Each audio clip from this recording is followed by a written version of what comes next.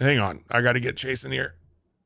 All right. Wow. Chase, happy Wednesday to you. It is the 23rd of July. It is 9 p.m. Central. The corn is sweating, and so am I with anticipation to tell you all about our favorite. Corn?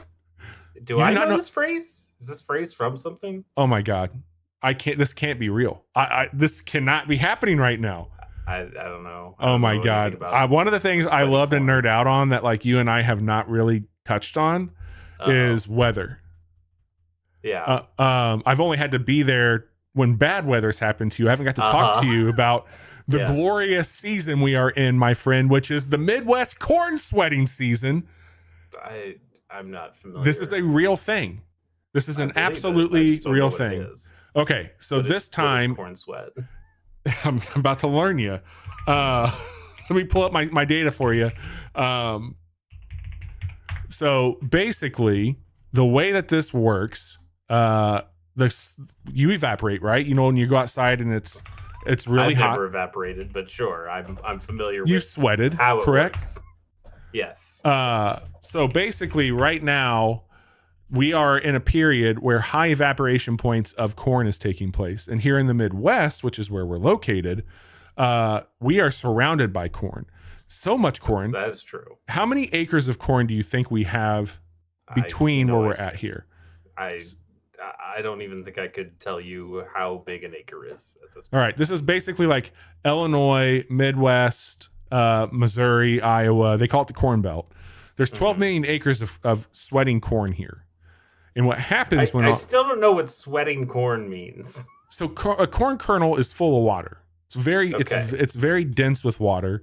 And so corn is also wrapped around in a lot of husk that, you know, they're always, you got the strings and shit on it. I don't know the technical term for it, but you've shucked corn. You're from the Midwest. You're saying that the corn condenses on the outside of the it sweats, yes, husks? corn sweat. Okay.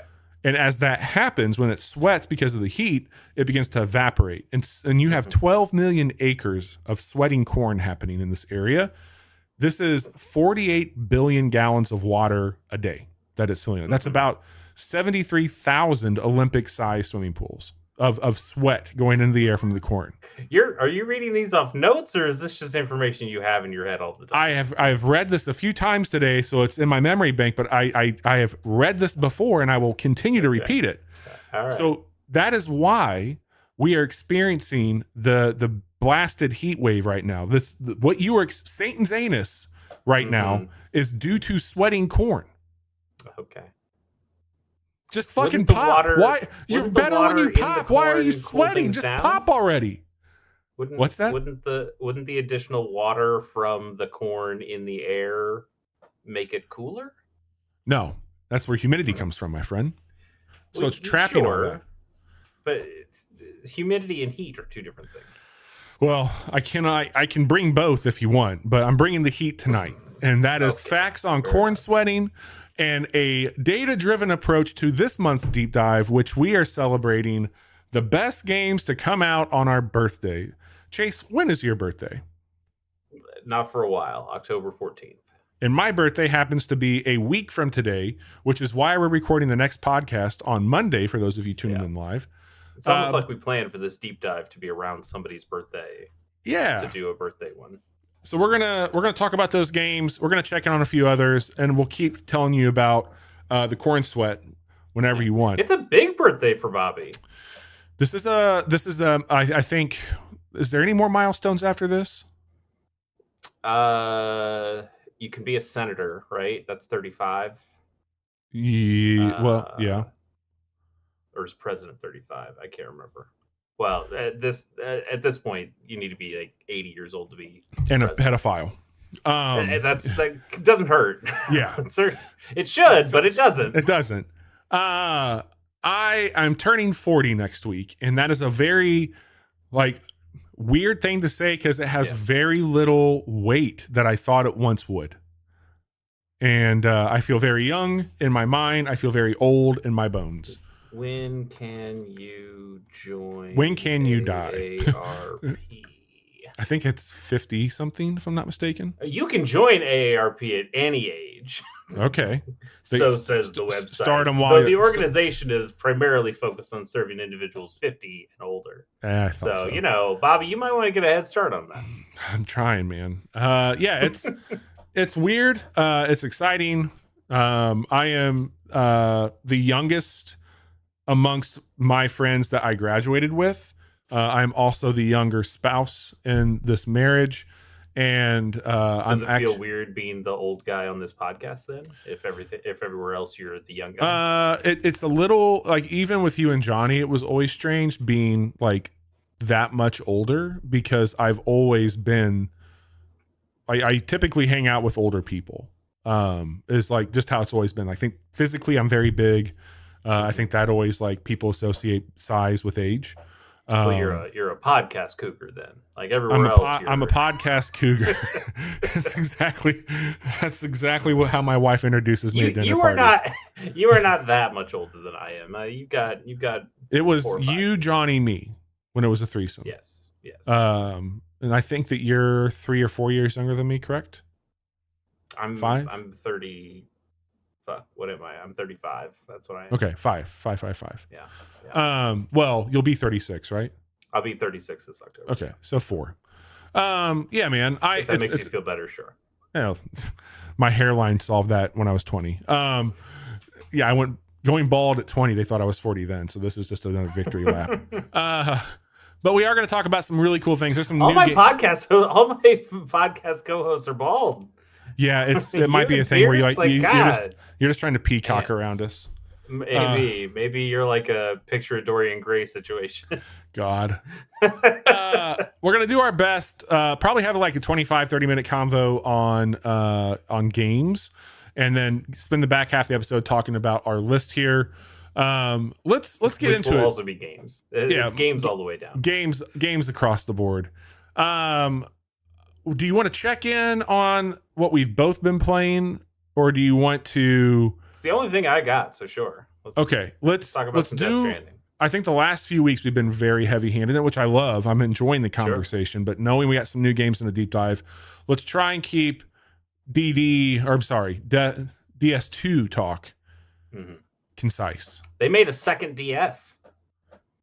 3D. Then they made a third DS. I had a question for you coming into this, thinking we would talk about it.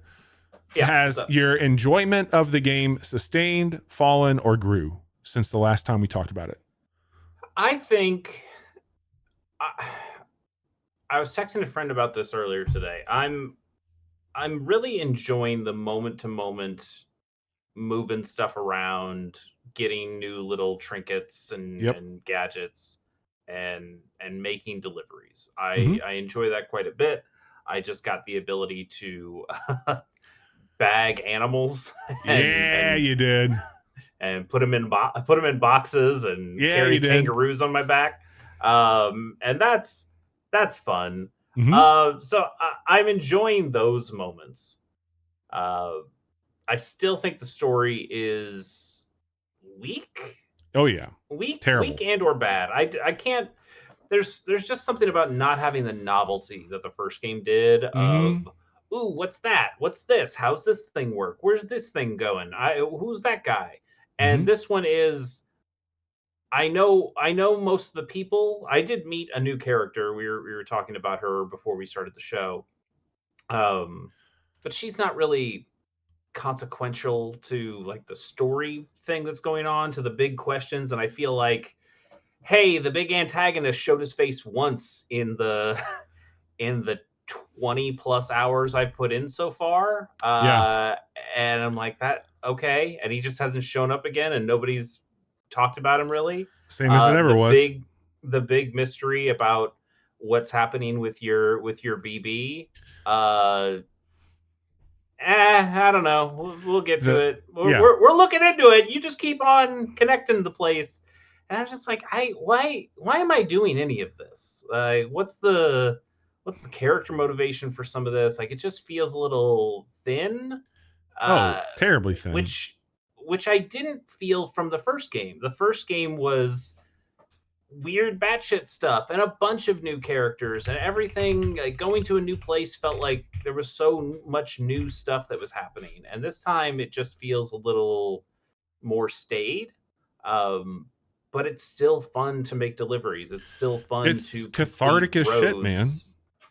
And that stuff is cool. Yeah. I did do one mission, or it wasn't even a mission. I was actually going to a place to deliver a kangaroo, and saw a bunch of enemies just in an outpost that I'd never been to before, and went, well, I should probably fuck up all those guys, right? Yeah. And I did it completely stealthily, and I got a few extra tools that made it easier, especially the one where you can use your scanner and it just blinks at least the people. Yeah. So I can at least see the outlines of the people before I can go in and mark them specifically with my binoculars. And that made a big difference in big time figuring out where it's a good quality of life upgrade. Yeah, that one really helped to make the stealth feel a lot less shitty. Mm-hmm. Also, that silent sniper rifle, pretty good. Pretty good. Although the silence pistol is really kind of all you need. That that machine silence pistol's brutal. Yeah, like that's. Oh, I didn't know there was a machine one. I'm just using the trank one. Yeah. But yeah, it's an MP silenced machine pistol. It's really fucking good. Sure. And then I just used the strand and I just choked motherfuckers out. But I went through and I choked out like 9 guys in this outpost, and it ended up feeling really good. Yeah. And then they had like 3 post boxes, and I was like, oh, there's going to be some real good shit in here. And there was like 2 blood bags in the whole thing. It's not like that was fucking pointless. The only good shit you get is when you craft it and fabricate it. Yeah. I think I'm like halfway through. I'm at the halfway point, or near the halfway point of the second location, and I don't think there's a third. I'd be very surprised if there was a third location. So I think the game will probably narratively conclude on the east coast of the continent we're on. But I am enjoying it, and still having a blast. But I listed here a dumb thing. I have three things written down to talk about tonight, and the top of that list is a dumb thing. Okay. The dumb thing I did, Chase, after last week's episode, what do you think I did that would be dumb? Man, you're setting me up a little too much. I don't know what you do. I downloaded and started playing Metal Gear Solid V: The Phantom Pain. Oh, that is stupid. Why would you do that? Because that game's really fucking cool, and I have not played. It is. It's a really great game, but it also is going to take you a lot of time, and you're already playing a lot of long games. Why would you do that? Because I was constantly in my brain recalling how I felt, which I think that game was 2015, 2016, if I'm not mistaken, when it came out. Something like that, sure. I played it after being basically berated by our ex-host that I should give it a shot, even though I thought those games looked stupid. And I really enjoyed it. And I was always kind of looking back on that as like, that felt way more approachable. It did not feel as weird. Like, this game is very weird, Kojima. And I was just also just like, does that game hold up? Because it's still talked about pretty high. There were some weird things in Oh yeah, I do not remember the opening fucking hospital sequence of that game. And how dumb that is. Whales on fire. There's a girl who breathed through her skin. Yes. And I was like, the horse shit on command. Like, there's lots of dumb shit in that game, Bobby. Well, and I think that's the thing, man, because now that I've been so immersed in Kojima at his most, what I would say is Kojima, which is Death Stranding, I feel like there's so much strand between these games that I did not necessarily pull together based off how I remembered that game. And like, even progression and items and the way that you approach, like, hey, I'm at a spot, I'm going through all my cargo, I'm getting my loadout ready, I'm prepping for this, going out and killing people and doing this shit, capturing and bringing back the whole weirdness of that. But I'll tell you right now, man, bar none, it's not even fucking close how much better that game feels to be going in, shooting people, capturing people. Like, it's not even in the same fucking stratosphere. But if there was a way And I think if they would kind of do like an old-timey delivery service with this, like horse-drawn, where you did all the delivery stuff on top of the way that game plays out when you go in and do the vignettes that they ask you to go on the missions, you're talking about potentially like one of the best games ever. Like if you take the best parts of what we're playing with that, it would be great. It's a real shame that V didn't really get finished. I never finished it also, by the way. Yeah. I don't know if Kojima did either, but I never did either. He did not. He very much did not. Yeah, there were a lot of loose threads there, which was sad because I think it was just one of the best feeling games it's so that I've good, ever man. Played. Which is a hell of an achievement because I've tried playing Metal Gear Solid 1 and 2 and well, I like Peace Walker. Peace Walker is the one that made me like really start to fall in love with Metal Gear. Yeah. And then playing through 5, I ended up having a great time. But I tried playing Metal Gear Solid 2 Substance on the Xbox, and I thought that game played like garbage. Like you had to contort your hands in such a way to, okay, I'm holding this button and holding that button, and then I have to tap this thing, and then I have to use the analog stick for this, but I have to use the D-pad for this other thing, just to like shoot a bullet. And this sucks. I hate this so much, and I think the story is weird and fun, and I want more of that, but I cannot play this video game.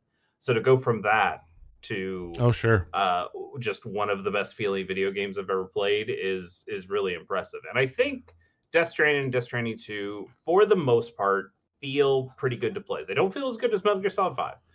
No, but they feel good. They do feel good. The physics is good, for sure. Yeah. I think I was probably a little overly harsh last week on Death Stranding 2.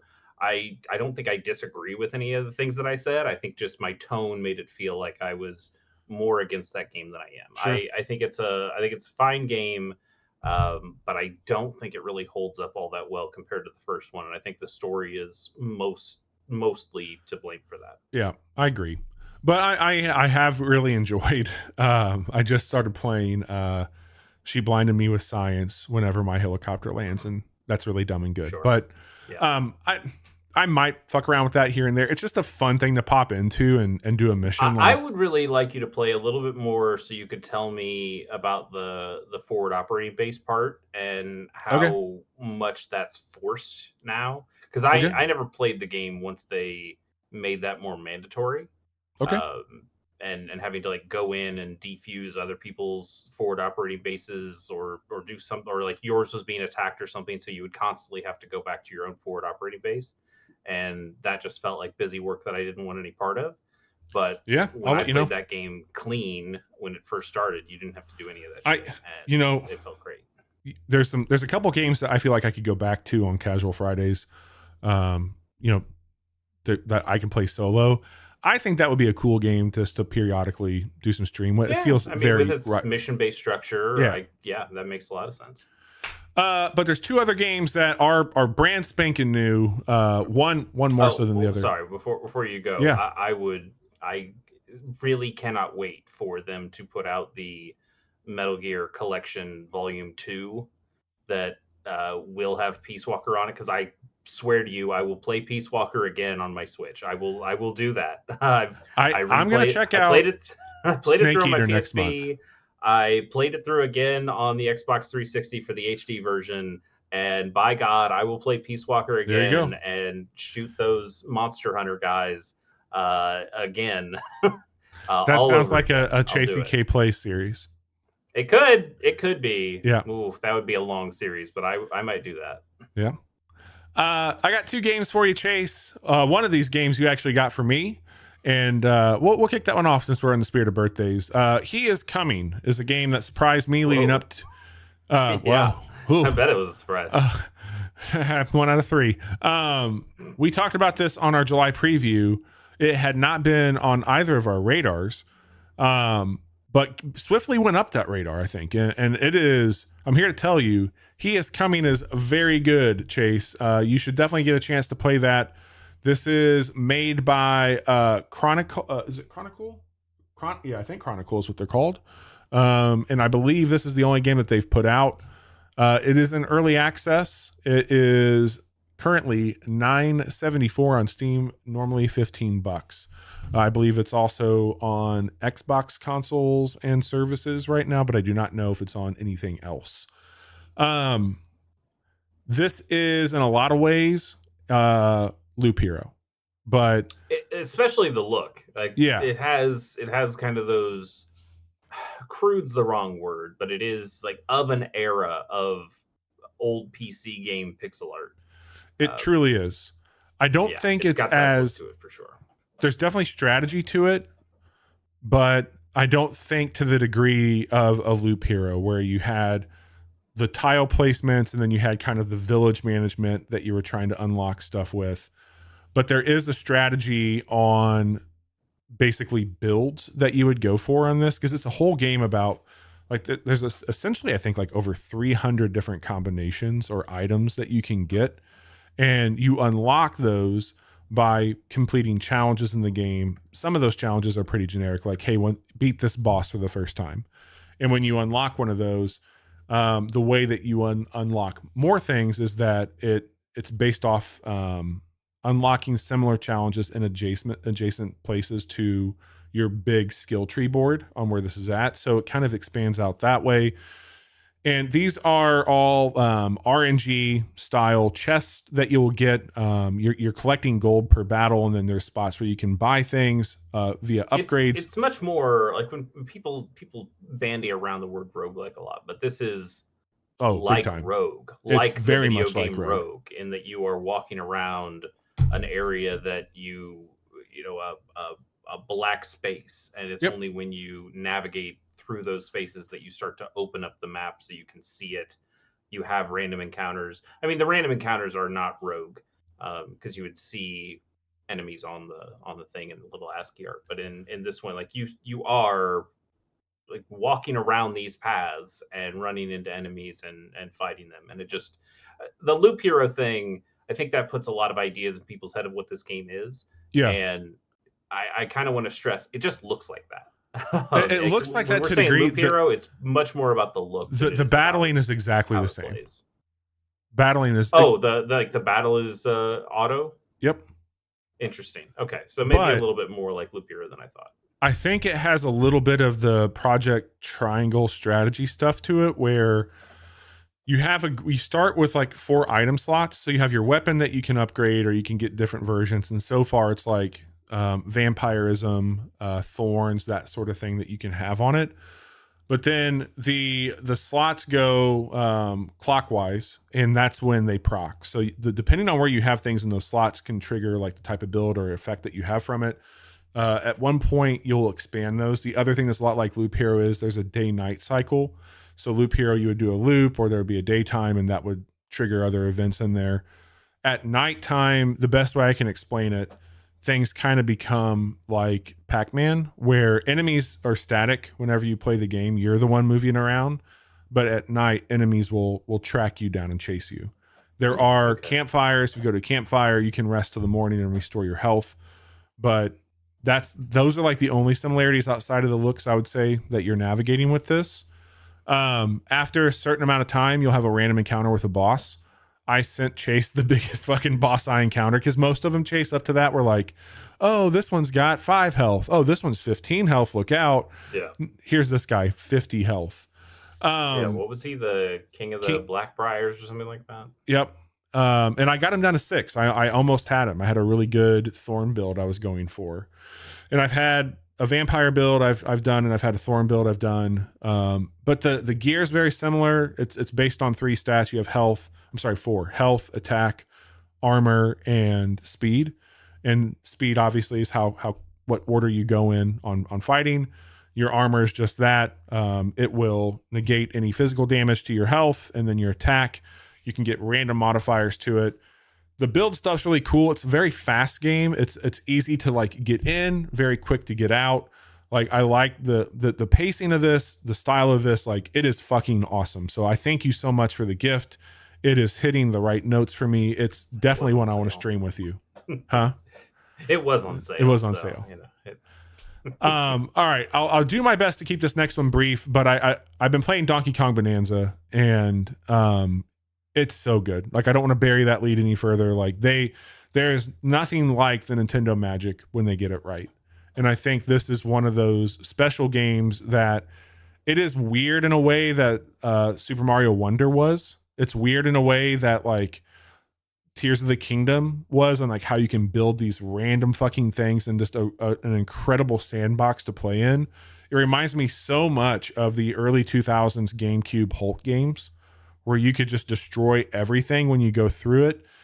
It felt like the feel of this game, the movement of Donkey Kong is off the fucking charts. Like the verticality to it, the jump, the skimming across the lands that you can do. Like you can basically, just like Control, rip up chunks of the environment, throw them, use them as a weapon, or turn them into skateboards.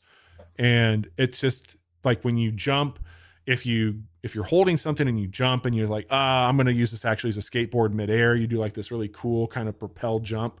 So like there's really cool shit like people did with Cappy where you could throw it, jump on it, jump up, or jump across stuff. They just have a way of dialing in their platform precision here. And for a game that is all voxel driven, where it's pretty easy, like I will say the control layout when you play sucks, go into the settings and just tweak that to where it feels better for you. But I think the world designs are just so fascinating, and this whole idea that you're going into the core of the planet, it is fucking weird, like the way that Wonder was with turning into like a giant version of Donkey Kong, or you actually turn into the ostrich you would have jumped on and found in a crate in Donkey Kong Country. But it feels very much like, hey, we know we're Donkey Kong. We know we're Donkey Kong Country. Pauline's 13 now.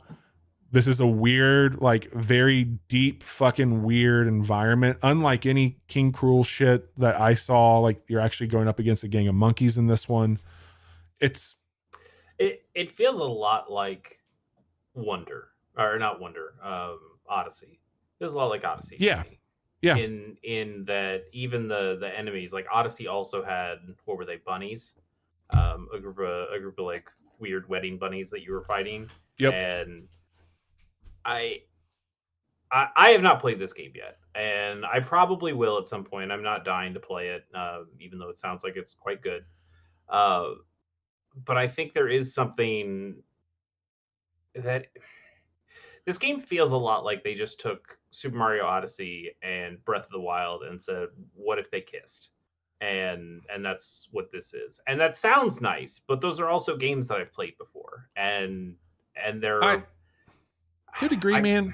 I think you're being a little critical or reductive. I am. Oh, I certainly am. And it's a lot because I wish Nintendo would put out some fucking video games for this system that were more in my genres and tastes.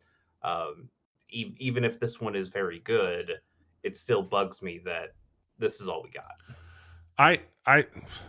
I think this would have been one of their best launch titles. It would be up there with. I think this would be up there with some of the best Nintendo launch titles. Too bad they've already launched. So I know, and I'm very confused. It was so close. Like I know it was ready last month. I don't know what it was where they were like, maybe they tested it and they're just like, yeah, Donkey Kong does not have the staying power that Mario Kart does. I could see that as hey, if the price of this system is such, people are only going to buy one video game for it, and do we think they're going to buy Mario Kart, or do we think they're going to buy Donkey Kong? And they're going to buy Mario Kart because that's the one they know and the easy one to get. That's the one we're going to sell bundles of. Makes a lot of sense. I get that, but I also lament just the idea of having a console out there and having a big suite of games to play for it, and like where's the racing game and the fighting game and the platformer and the action game, like, and the puzzle game. Like we used to be a proper country. Where we made video game consoles. Well, sorry, Japan made video game consoles, and they would send them over here, but they would have lots of different games to play on them, and we're just not getting that because everything now is just, well, I mean, it's a 0.5 upgrade. Like you can still play all your old. I'm telling you, man, if you played this game, I think that you would be. Oh, I'm sure. I'm this It's is so not so much good. about the quality of Donkey Kong. This is me just still pissed at Nintendo for And I think I probably have once a they announce a better. Fire Emblem, I'll be fine, Yeah, but they haven't. I'm I'm just very surprised by the quality that we got here with this, and if this is the signal of what's to come from Nintendo with the Switch 2, I think you're seeing a more daring, a more confident, and just like, no, let's do something weird. And I'm very anxious to see. They, you called out Breath of the Wild. I think that was very astute. They changed that whole series in such a way, and like I feel this is the biggest change for Donkey Kong since Country, and I'm looking at Mario's 3D space right now, and I'm thinking out You loud. should have played DK King of Swing. That's your problem. Well, do you think that was? You didn't play Donkey Konga. That was a very different direction for Donkey Kong. I don't think. I know what you mean. But I think Mario, a 3D open or a 3D world Mario needs to probably take a risk like this. Like, and I'm fearful that the Mario direction might be more appeasing to the movie universe that they're building with him. And I think they might. I think they might be out of ideas with Mario. Like where do you go? You've taken him to space. You've taken him around the world. The last one, Wonder, was kind of just a 2D Mario game that they threw a bunch of extra bullshit in. Some of that extra bullshit was fun. Some of it wasn't so fun. I don't know if they know where to go with Mario anymore. So I feel like this probably was a Mario game at some point, and then they realized like, oh, we've kind of done this with Mario, and how could we do something different? Let's throw DK in there, and that gives you a new design space, and that's probably where you can get ripping up the world, because Mario's not going to tear chunks out of the world like that, but Donkey Kong could. So I could see where that goes, but I have no idea what a new Mario game looks like. I don't know, man. I don't see what gimmick they can find to pull off with that. Maybe they'll surprise us. But yeah, I'll say there's some really cool Easter eggs. Primarily, like one of my favorite Easter eggs, period, is there's like rest stops you unlock in the game, and when you go to lay down, it's a xylophone playing the opening of Donkey Kong Country, the first few notes of that, which I think is really just a sweet little Easter egg. There's a couple levels that are straight up like you go to a whole 2D side scrolling perspective, and it's like an homage. But all in all, man, like I think this is what I am judging the Switch off of. Not that I dislike. I really enjoy the new Mario Kart, but this feels like a fucking launch title. This feels like what I would expect to sit down when I get a new Nintendo. This is the game I wanted last month. It's a month late. It's here though, and it is way, way, way up there. Like I think I'm having more fun with this than Astrobot last year. So this is really, really cool. And I think everybody should check it out. But enough about Donkey Kong, enough about bullshit. Let's talk birthdays, Chase. I love birthday cake. I don't know how you've organized any of your thoughts on this topic, but what we are going to be doing here is, for me at least, like I'm not going to talk about all. Yeah, we don't have to talk about the whole list or anything that we made, but like to back up a little bit, the idea here is that it's fun to just talk about random video games. How can we talk about random video games that are not just the same 5 that we always bring up? Mm-hmm. And a way to do that is, hey, your birthday's coming up. What released on your birthday? Let's go see if any cool games released on your birthday, and have an opportunity to talk about some cool games that maybe we don't get to talk about every day. Yeah. There is a website. It's a fandom website, so it's not good. It's owned by bad people, and it looks like shit, and it's filled with ads, and it's basically unusable.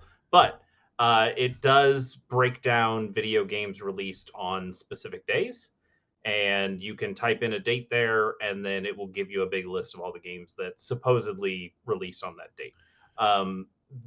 This list is not always going to be US releases, because The list didn't have the list just threw in, oh, maybe it released in Europe, maybe it released in Japan, maybe it was a port that came out for a different system another time.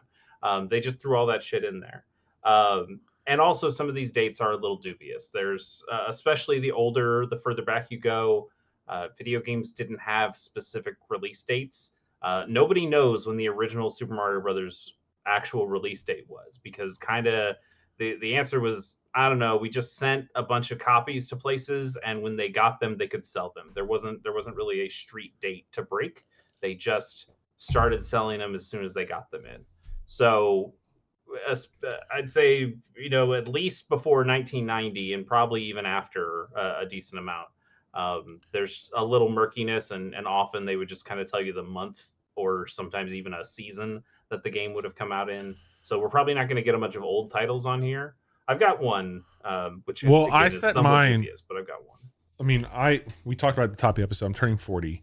And so I set my parameters basically any game that has released on my birthday since 85 is what the criteria is I'm using. So and I think that's fair, because again, prior to 85, there are very few games that actually have very dates. few.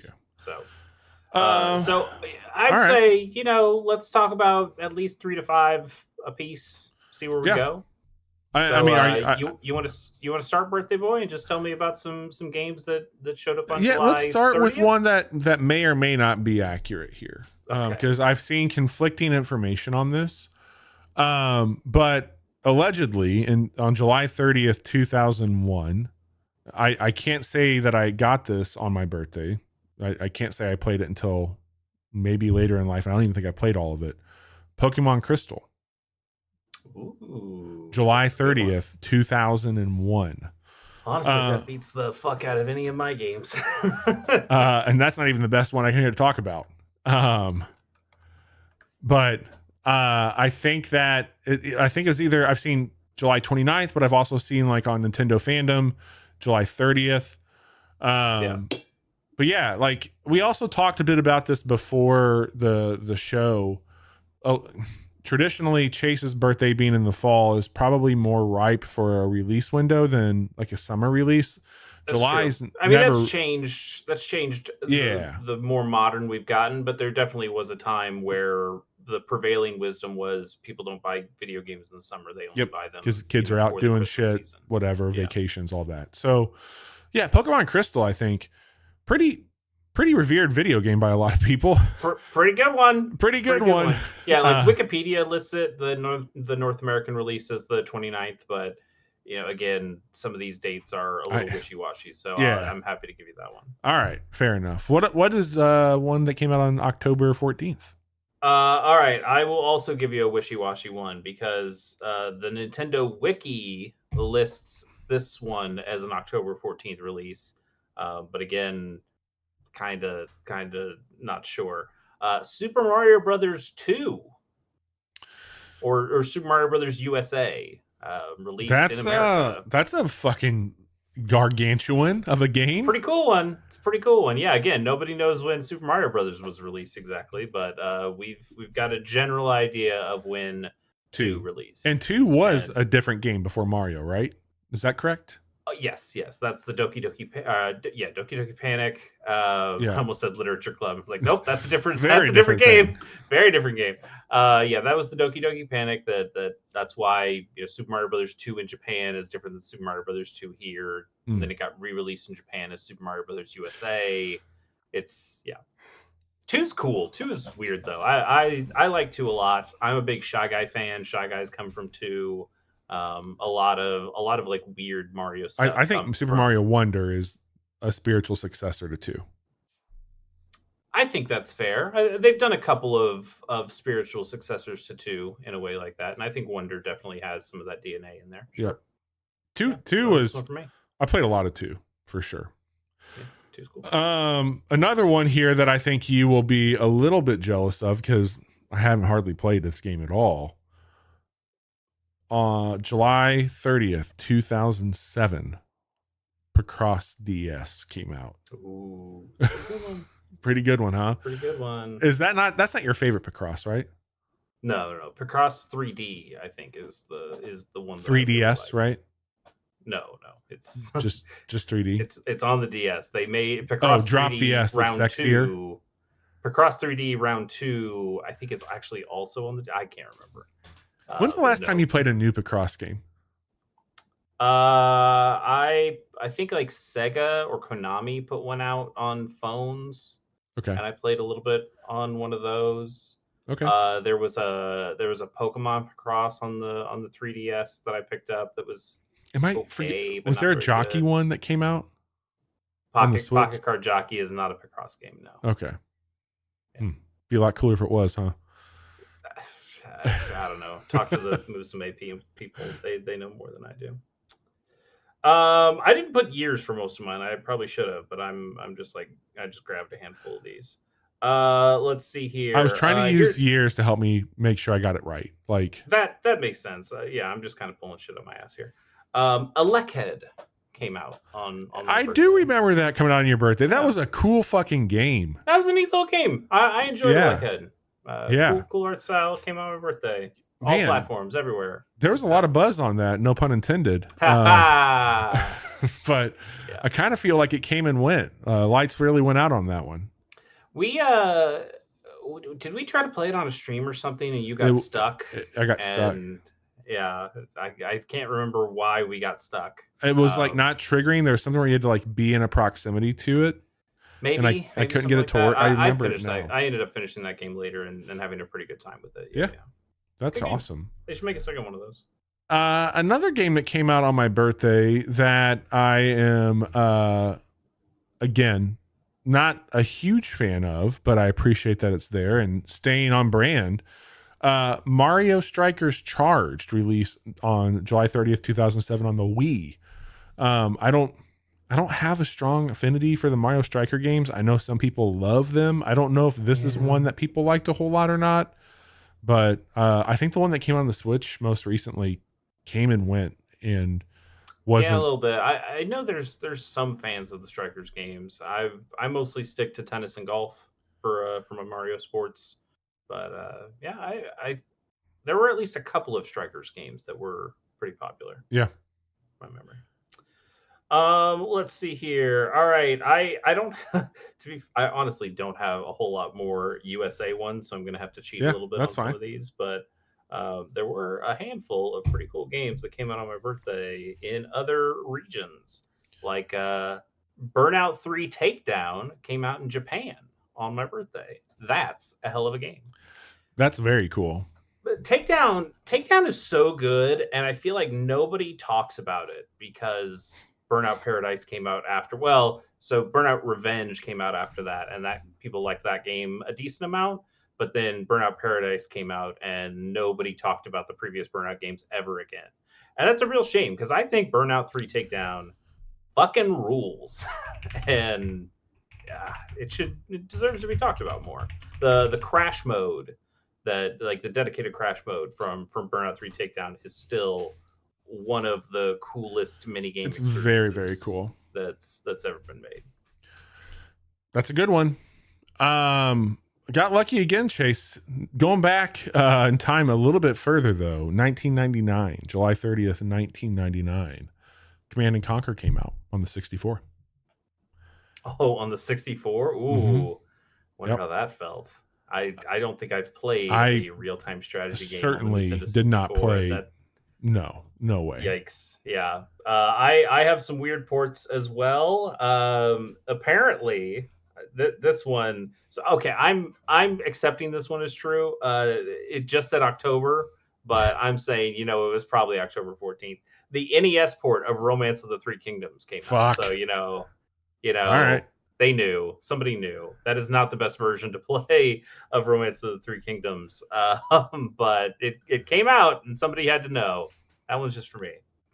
One that I do remember playing a lot of, actually. Angry Birds 2 came out July 30th, 2015 on my phone. Look, man, those Angry Bird games are fucking fun. Those first two were a good time. Yeah. I think I played a little bit of Angry Birds Star Wars. Oh, yeah, 100%. The most Angry Birds that I ever played. The Topgolf Angry Birds is where it's at, though. Yes, I have played some Angry Birds at a Top Golf once or twice. That was all right. Have you played the Sonic the Hedgehog Top Golf? No. So it's stupid.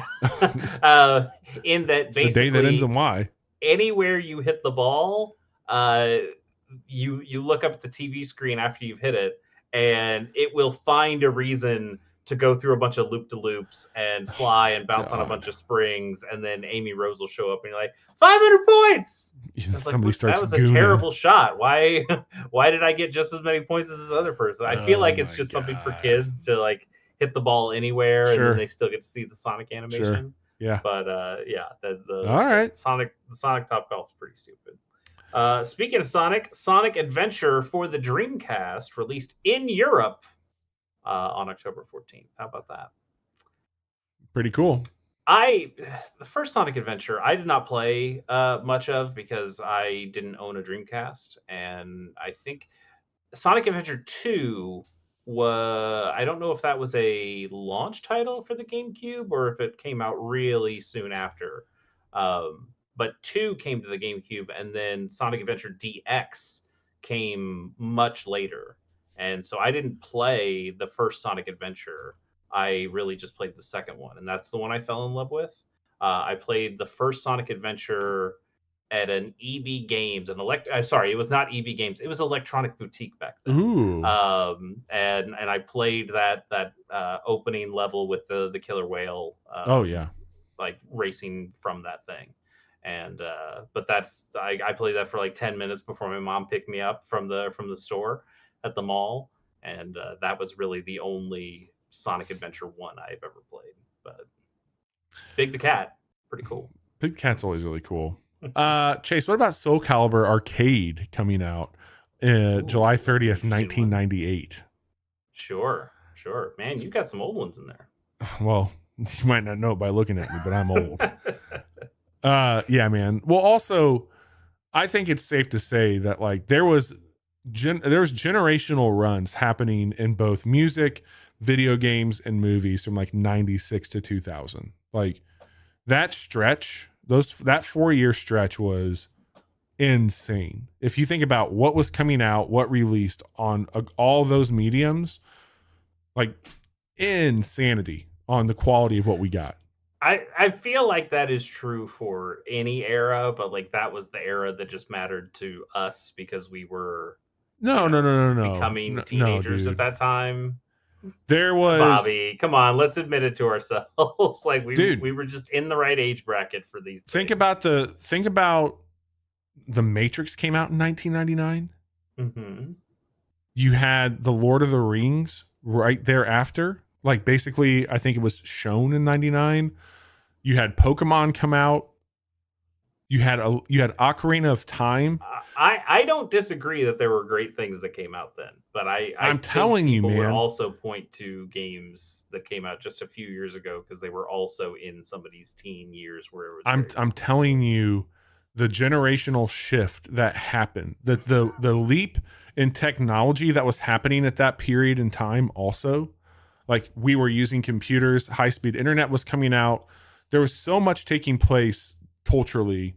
Anyway, it's fucking bonkers to think about. And I'll also say, not a whole lot on my birthday in the last few years either. So I think we'll look at the scoreboard here. That is interesting. I thought with, you can buy video games at any time now that you'd probably get more good stuff in these more modern times for you. These modern times. Let's see here. How about another racing game on my end? One of the better ones here. Forza Motorsport 4 released in Europe on my birthday. I do remember that. I think even the North American version of that was, or maybe I'm thinking about 3. I think it was around the same time. They were very close, but yeah, it was probably just a matter of a day or two. It felt like I never played the first Forza Motorsport. I played the second one after the fact. I don't think I played those. The third one was my first Forza, and I liked it a lot. And then 4 is the one that added the Top Gear guys, and I was it was a time in my life where I very much cared about the Top Gear guys, which is a little different from how I feel right now. Yeah. Yeah. But that was a huge deal, and also the Warthog was in that game. You can get the Warthog as a drivable car in Forza Motorsport. I remember that. What a game! That was a very good game. And then yeah, like Forza Horizon came in, and we were all like, oh, that we would rather play that one, please. Thank you. I remember this coming out. I think we got it. I was in Colorado. I was living in Colorado when it came out. This is 2008. Geometry Wars Retro Evolve 2 came out on Xbox Live Arcade on my birthday in 2008. Interesting. That was a pretty, I mean, I don't have the love for Geometry Wars that some do, but I was very infatuated with just the Xbox Live marketplace, especially the arcade marketplace in general back then. So cool thing for sure.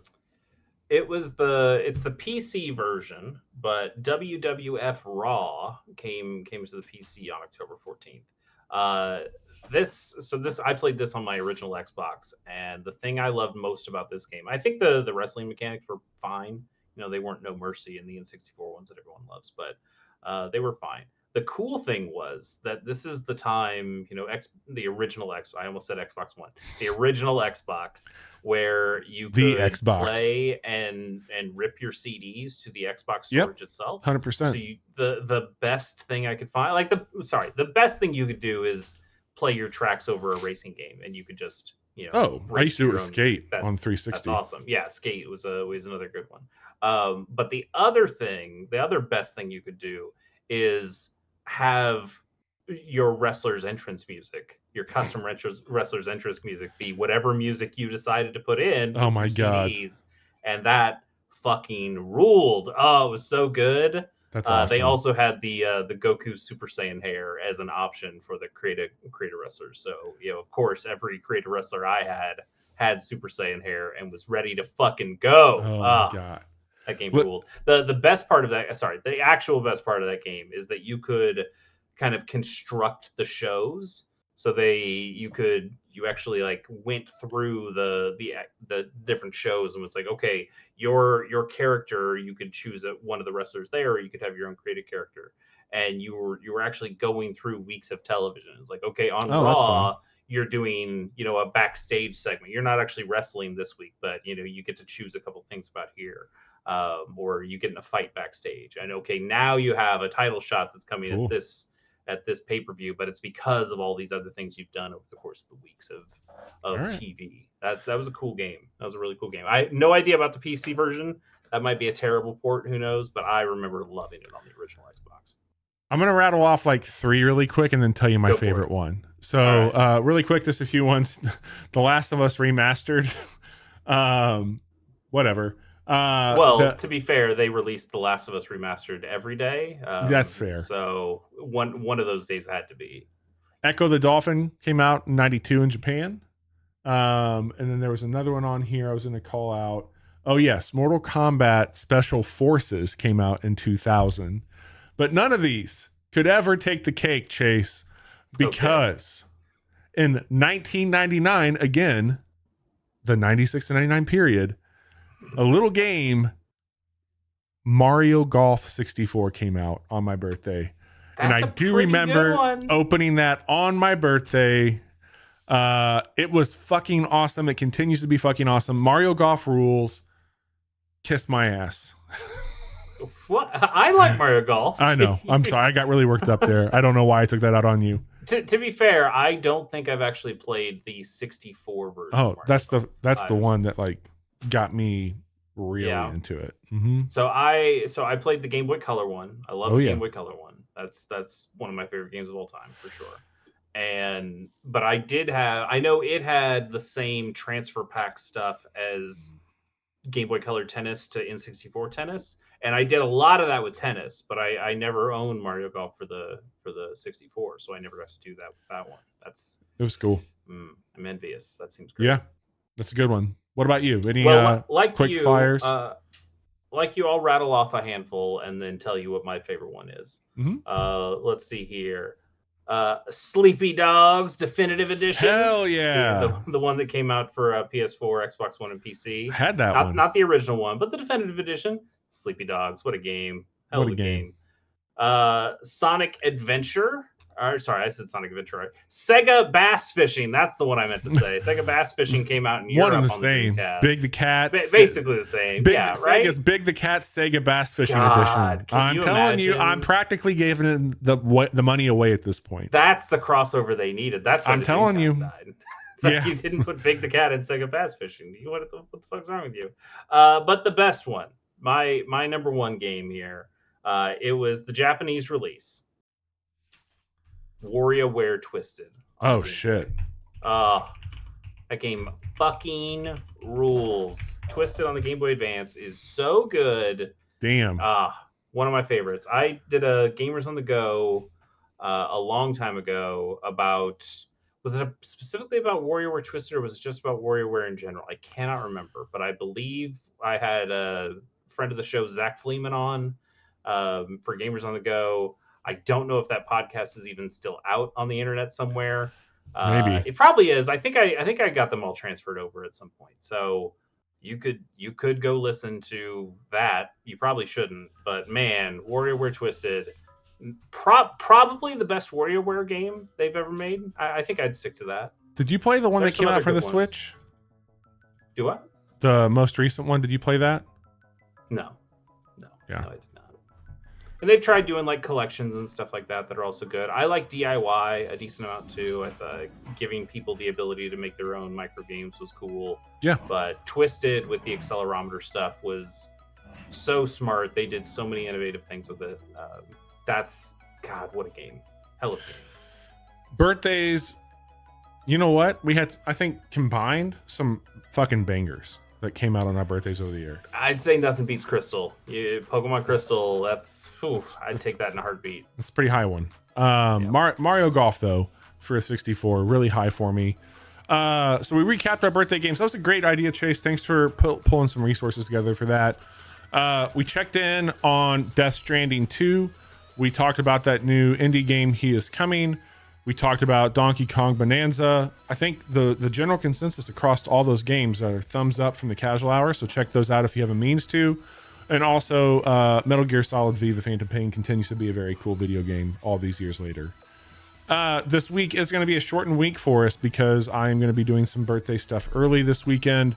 I will be unable to stream on Friday, but we are this much closer for all of you tuning in to where my Fridays will become free again. It looks like end of August I will be relieved of those duties and able to get back to some of my regular Friday activities. So look for more consistencies, maybe some day streams, and certainly some more casually considereds coming to a screen near you very soon. But to hold you over, Chase and I fired out part 2 of our new series. This is for you, Baggy. We got a whole new series going. We're playing Yes, Your Grace Snowfall on Mondays, and I'm having a ton of fun with it. That's a cool game. We got through a couple weeks, I think, made some pretty good progress on where it's going, and we could have 10 more weeks in us of that one, but I've downloaded a lot of new games to be checking out over the birthday weekend.